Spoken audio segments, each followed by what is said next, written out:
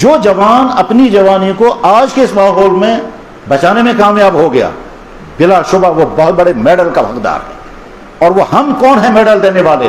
اس جوان کو میڈل ملتا ہے جناب رسول اکرم صلی اللہ علیہ وسلم کی طرف سے۔ یاد رکھیں، ہمارے نبی کو جب دنیا سے رخصت ہو رہے تھے تب آپ نے اسلام کھڑا کر دیا تھا، 10 لاکھ مربع میل پر اسلامی حکومت قائم تھی، اور عرب میں شرک ختم ہو چکا تھا، بدعت ختم ہو چکی تھی، بدکاریاں نہیں تھی۔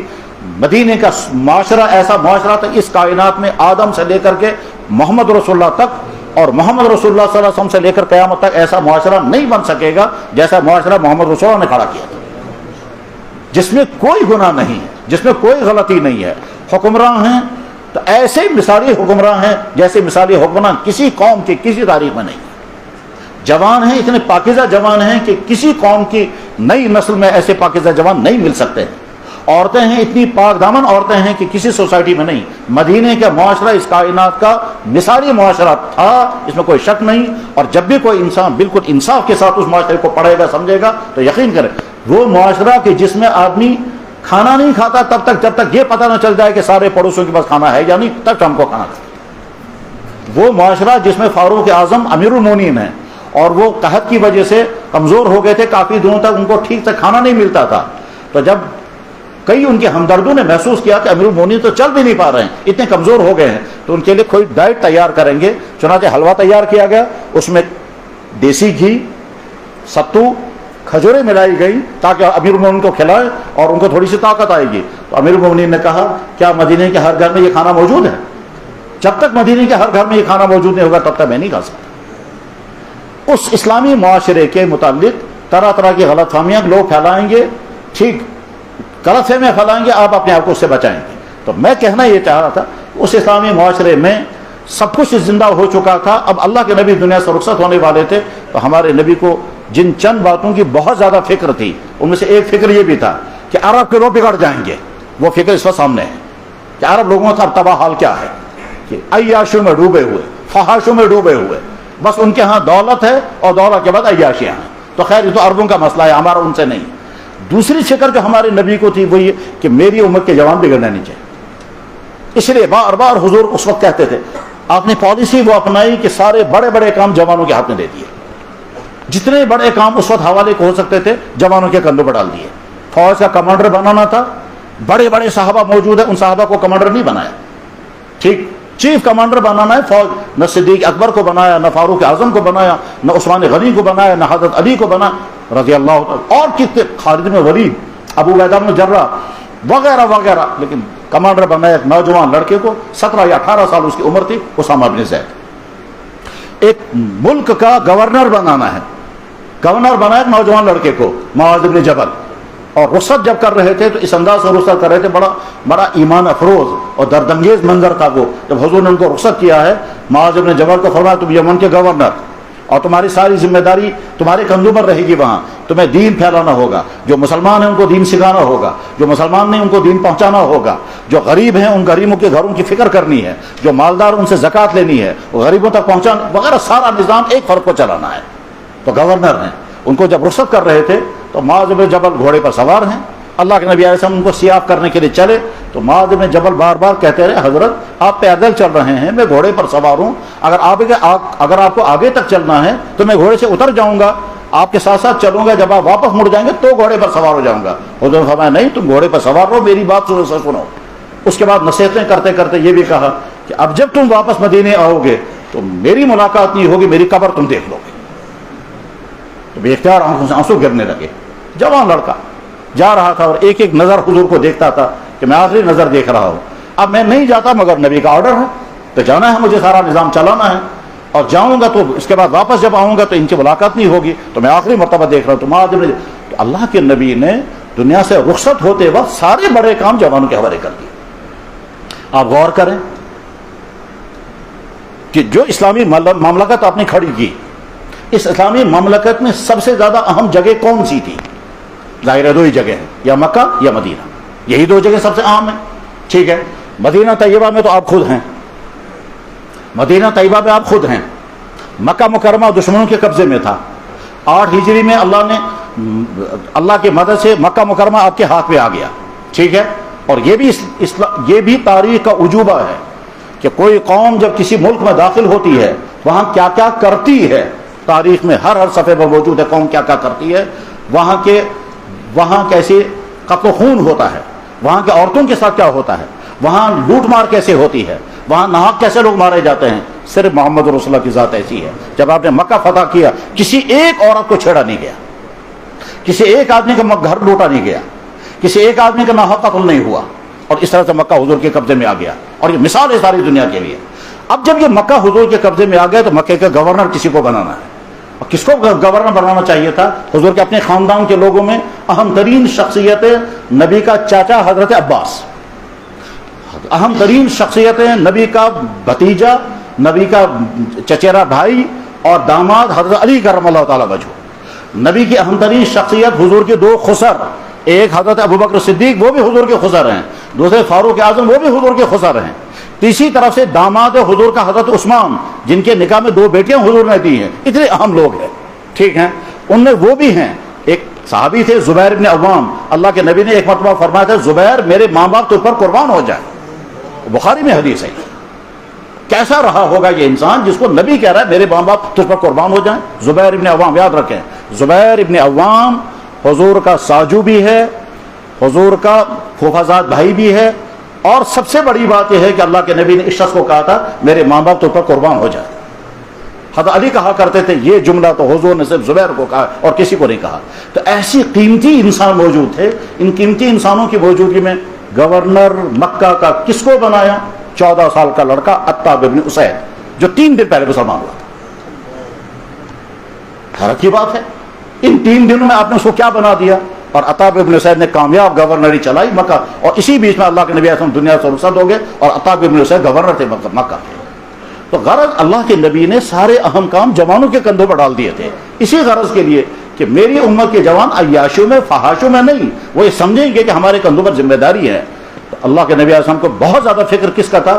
میری امت کے جوان بگڑنے نہیں چاہیے، اس لیے حدیثوں میں جگہ جگہ براہ راست صرف جوانوں کے متعلق گفتگو ہے، جگہ جگہ۔ مثلا اللہ کے نبی نے فرمایا 100 بوڑھوں کے توبہ کرنے پر اللہ کو اتنی خوشی نہیں ہوگی جتنی ایک جوان کے توبہ کرنے پر ہوتی جب وہ گناہ چھوڑ دیتا ہے۔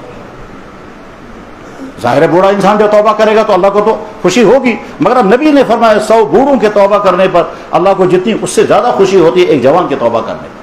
اللہ کے نبی علیہ السلام نے فرمایا اے جوانوں تمہاری یہ جوانی تمہارے ہاتھ میں، اس کی حفاظت کرو۔ اللہ کے نبی نے فرمایا بخاری میں حدیث ہے قیامت کے دن عرش کے سائے کے نیچے جو 7 آدمی ہوں گے ان میں دوسرے نمبر پر وہ جوان ہوگا جس جوان نے اپنی جوانی کو برائیوں سے بچایا، اور ان 7 آدمیوں میں ایک آدمی اور بھی ہے، اور ہو سکتا ہے زندگی میں اس کا امتحان آئے، اور اگر امتحان نہ آئے تو الحمدللہ، لیکن اگر امتحان آ گیا تو بہت مشکل امتحان ہے۔ وہ کیا؟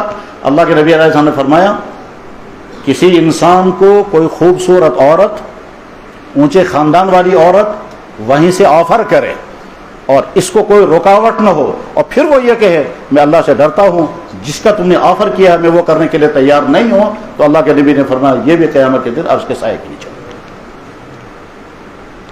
بہت مشکل ہے، اپنے آپ کو ایسی صورتحال میں بچانا آسان نہیں ہے، بلکہ ہو سکتا ہے جس کے بارے میں ہم سمجھتے ہوں یہ تو یہ غلطی نہیں کرے گا، لیکن شیطان اس سے بھی وہ غلطی کرا سکتا ہے، خاص طور پر جب آفر وہیں سے آ رہا ہو اور رکاوٹ کوئی نہ ہو، اور سامنے سے جس کی طرف سے آفر آ رہا ہے وہ ہر طرح سے پرکشش اٹریکٹیو ہیں، کیونکہ خوبصورت بھی ہے، مالدار بھی ہے، اور اونچے خاندان کی بھی ہے۔ کبھی انسان نفرت کرتا ہے شکل اچھی نہیں، کبھی نفرت کرتا ہے ایسے خاندان کے جس خاندان کو ہم سمجھتے ہیں نچلا خاندان ہے، اور کبھی نفرت کریں گے اس لیے کہ میلی کچیلی ہے، لیکن یہ ساری چیزیں موجود ہوں۔ اور اللہ کے نبی نے فرمایا رجل، ایسا انسان دعت ہو، دعوت دے اسے، امراتن، عورت، ذات جمال، خوبصورت، وذات حسب، اونچے خاندان کی، ٹھیک، فقال، تو جواب میں کہے انی اخاف اللہ، میں اللہ سے ڈرتا ہوں، میں یہ غلط کام نہیں کر سکتا۔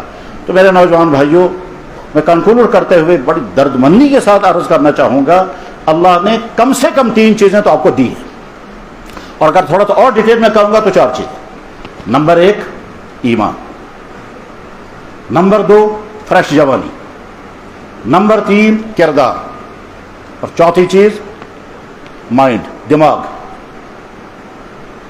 ثبوت اس کا یہ ہے کہ آپ یہ جو ڈگریاں کر رہے ہیں، آپ جو امتحان پاس کر رہے ہیں، یہ دماغی تو ہے۔ بچہ محنت کرتا ہے، محنت کرتے کرتے ایک زمانہ ہوتا ہے وہ ABCD، اور ایک زمانہ ہوتا ہے جناب وہ ریسرچ کرتے ہوئے اسکالر بنتا ہے. تو ذہن ہے تبھی تو یہ ہو رہا ہے نا. تو اللہ نے ذہن بھی عطا کیا، جوانی بھی عطا کی، صحت بھی عطا کی، کردار بھی عطا کیا، ایمان بھی عطا کیا. اپنی ان چاروں چیزوں کی حفاظت کریں، اور یاد رکھیں اگر ہم اپنی حفاظت نہیں کریں گے تو ہم برباد ہوں گے. ہم اپنے والدین کے لیے درد سر بنیں گے، اور آگے جب رشتے ہوں گے تو اپنی بیویوں کے لیے رشتے درد سر بنیں گے. بلکہ یہ بھی خطرہ ہے کہ ہمارا کردار اگر صحیح نہ ہوا تو زندگی کا پارٹنر جو ملے گا اس کا کردار بھی صحیح نہیں ہوگا. کیونکہ اچھوانا کوشر ہی وز گو ہوئی، اور یہ مفہوم ہے قرآن کریم کے قائد کا، الخبیثات للخبیثین والخبیثون للخبیثات. اگر تمہارا کیریکٹر صاف نہیں ہے تو تم کو جو ملے گی خطرہ اس بات کا ہے اس کا کیریکٹر بھی صحیح نہیں ہوگا. اگر تم نے غلط راستے سے مزے اٹھائے ہیں تو جو تمہیں زندگی کا پارٹنر ملے گا ہو سکتا ہے اس نے بھی یہ غلطیاں کی ہوں گی. اگر تم نے حرام چیزوں سے مزے اٹھائے ہیں تو اللہ تعالیٰ حلال کے مزے عطا نہیں کرتے ہیں. جناب والا جس نے کتے کا گوشت کھایا اس کو بیڑوں کے گوشت کھانے میں مزہ نہیں آئے گا. نماز کھو تمشن خدا تعالیٰ مز دیواں کٹ ماز. جس نے ہولڈ پر رکھا اپنے آپ کو، جس نے بچایا اپنے آپ کو. اور ظاہر ہے آج کے جوان کو اپنے آپ کو ہولڈ پر رکھنا بڑا امتحان ہے. اور اگر یہ کامیاب ہو گیا، آپ سکولوں میں بھی جائیں گے، وہاں کے کلاسوں کا، وہاں کے پلے گراؤنڈ کا، وہاں کے فنکشنوں کا ماحول کیا ہے وہ سب آپ کے سامنے ہے. ٹھیک، وہاں تو افیئرس ہیں، وہاں تو ڈانس ہے، وہاں تو میوزک ہے، اور وہاں سوشل ایکٹیویٹی کے نام پر کیا کیا ہے اس ماحول میں آپ ہیں. آپ اپنے گھر میں آئیں گے، وہاں آپ کے ہاتھوں میں موبائل ہے اور دائیں بائیں جو کچھ ہے وہ. اور آپ اپنے رشتے داروں کے یہاں جائیں گے، وہاں آپ کے کزنز ہیں، آپ کی بہنیں ہیں، ان کا ماحول ہے. فنکشنوں کا ماحول بھی سب کے سامنے ہے. تو غرض یہ کہ اس ایسے ماحول میں جہاں آپ کے لیے بچنے کے کہیں کا تو لیکن آپ اپنے آپ کو بچانے کا ارادہ اگر کر لیں گے تو بچا سکیں گے. کیسے بچا سکیں گے؟ سیم اسی طرح سے اگر ڈاکٹر نے کسی کو کہا ہو کہ جناب آپ گوشت کھانا بھی بند کر دیں، ٹھیک ہے، آپ ہیوی چیزیں کھانا بند کر دیں، آپ اچار کھانا بند کر دیں، آپ ہلکی ڈائٹ لیں، تو گھر میں قسم قسم کی چیزیں پکتی ہیں اور فنکشنوں میں لوگ جاتے ہیں، دعوتوں میں، وہاں انسان کیسے اپنے آپ کو بچاتا ہے؟ کیونکہ صحت اہم ہے. تو جیسے ہم اپنی صحت کو اہم جان کر کے مزیدار ڈشیں اوائڈ کر دیتے ہیں. لڑکے کو بہت شوق ہے آئس کریم کھانے کا، لیکن ڈاکٹر نے بین کر دیا تو نہیں کھائے گا. اور لڑکے کو بہت شوق تھا کرکرے کھانے کا، لیز کھانے کا، اور چپس کھانے کا، اور فاسٹ فوڈ کھانے کا، اور ڈاکٹر نے بین کر دیا. تو صحت کے بچانے کا تقاضا ہے کہ ہم اپنے آپ کو سیم اسی طرح سے ہمارا کردار بہت. لیکن اس میں ایک بات اور سمجھنے کی ہے، وہ کہ اگر کسی سے کبھی غلطی ہوئی ہو تو مایوس ہرگز نہیں ہونا چاہیے. ہمارا دین مایوسی ہرگز نہیں سکھاتا ہے. کوئی آدمی کتنا ہی ڈوبا ہوا ہو خرابیوں میں، جس وقت اپنے آپ کو نکال لیتا ہے، اللہ تعالیٰ کہتے ہیں میں تم کو گلے لگانے کے لیے تیار ہوں. اللہ قرآن کریم میں فرماتے ہیں تمہارے رب نے لکھ رکھا ہے اپنے اوپر کہ رحم کرنا ان بندوں پر، محبت کرنا ان بندوں سے جن سے غلطی ہو گئی اور وہ غلطی چھوڑ کر کے واپس آ رہے ہیں. تو کتب ربکم تہون خدائن پانس آرڈر کرمت، تمہارے اللہ نے تمہارے پر لکھ کے رکھا ہے. اور رحم کر، دو جگہ یہ آیت قرآن میں ہے. اور اللہ کے نبی نے فرمایا اللہ سے زیادہ برداشت کوئی نہیں. یقیناً بیٹا بار بار غلطی کرتا ہے، وہ باپ جو 10 مرتبہ دن میں کہتا تھا میرا بیٹا میرا جگر میری جان میں تجھ پر قربان، وہ ماں جو صبح سے شام تک 10 مرتبہ کہتی تھی بلا گئے رچا پہ ٹھیک بمادہ زو، وہی ماں کہتی ہے تو میرا بیٹا ہی نہیں ہے کاش آسک میں مزامت.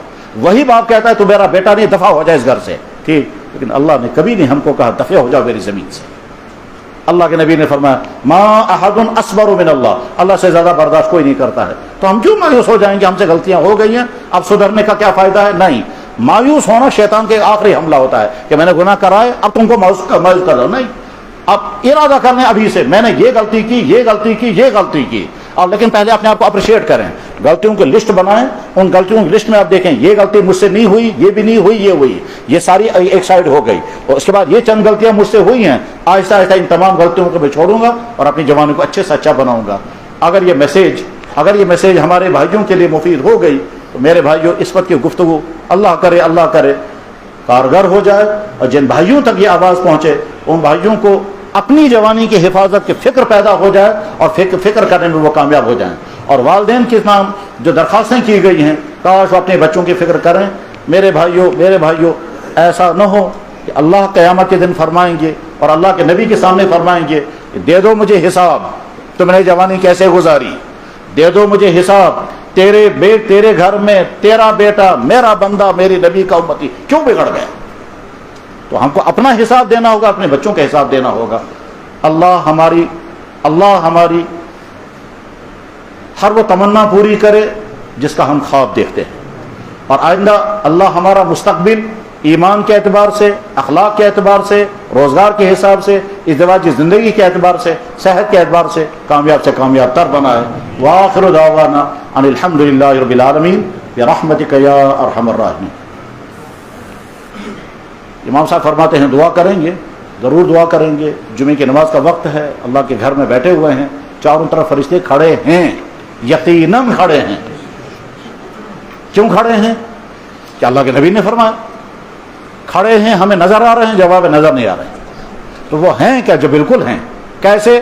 جیسے ہمارا ٹیچر کہتا ہے کہ باڈی کے اندر وٹامنز ہیں، ہم مان لیتے ہیں۔ تو اللہ کے نبی فرماتے ہیں جمعے کی نماز کے لوگ جمع ہوتے ہیں، فرشتے لائن کے ساتھ کھڑے رہتے ہیں دروازے پر، وہ دیکھتے ہیں کون کون آیا اور رجسٹر میں نام لکھتے ہیں۔ یہ بخاری میں حدیث ہے۔ اور اس کے بعد پھر پہلے آدمی آنے کو یہ انعام، دوسرے کو یہ انعام، چوتھے کو انعام، وہ لسٹ بنتی ہے۔ اللہ دیکھ رہے ہیں، وہ سن بھی رہے ہیں، ہم اللہ کے سامنے ہیں، اللہ کو سجدہ کرنے کے لیے آئے ہیں۔ ہمارا یہاں آنا ہمارے ایمان کی علامت، ہمارا یہاں آنا ثبوت اس بات کا کہ مسلمان ہے، اور ہمارا مسلمان ہونا بہت بڑا ہمارا وہ میڈل ہے جو اللہ نے ہم کو عطا کیا۔ اس میڈل پر اللہ کے نبی ہم کو مبارکباد کرتے ہیں۔ میں حدیث سنا رہا ہوں، جناب رسول اللہ صلی اللہ علیہ وسلم نے فرمایا مبارک تمس انسانس، مبارک اس انسان کو۔ حدیث میں ہے، کتاب کا نام ہے مسند احمد بن حنبل، یہ امام بخاری کے استاد تھے، استادوں میں سے ایک امام احمد بن حنبل بھی ہیں، اس کی کتاب میں حدیث موجود ہے اور مشکات شریف میں بھی ہے۔ اللہ کے نبی فرماتے ہیں مبارک اس انسان کو جس نے مجھے دیکھا اور ایمان قبول کیا۔ ہم اس طبقے میں نہیں، یہ صحابہ ہے۔ پھر فرمایا 7 مرتبہ مبارک اس انسان کو جس نے مجھے دیکھا تو نہیں ہوگا، پھر بھی کہتا ہوگا ہمارا نبی محمد رسول اللہ۔ ہم اس میں شامل ہیں، چاہے آخری صف میں ہمارا نمبر آئے، لیکن ہم اس میں شامل ہیں، کیونکہ ہمیں یقین ہے اللہ ہیں اور اللہ کے نبی محمد صاحب سچے نبی ہیں۔ بس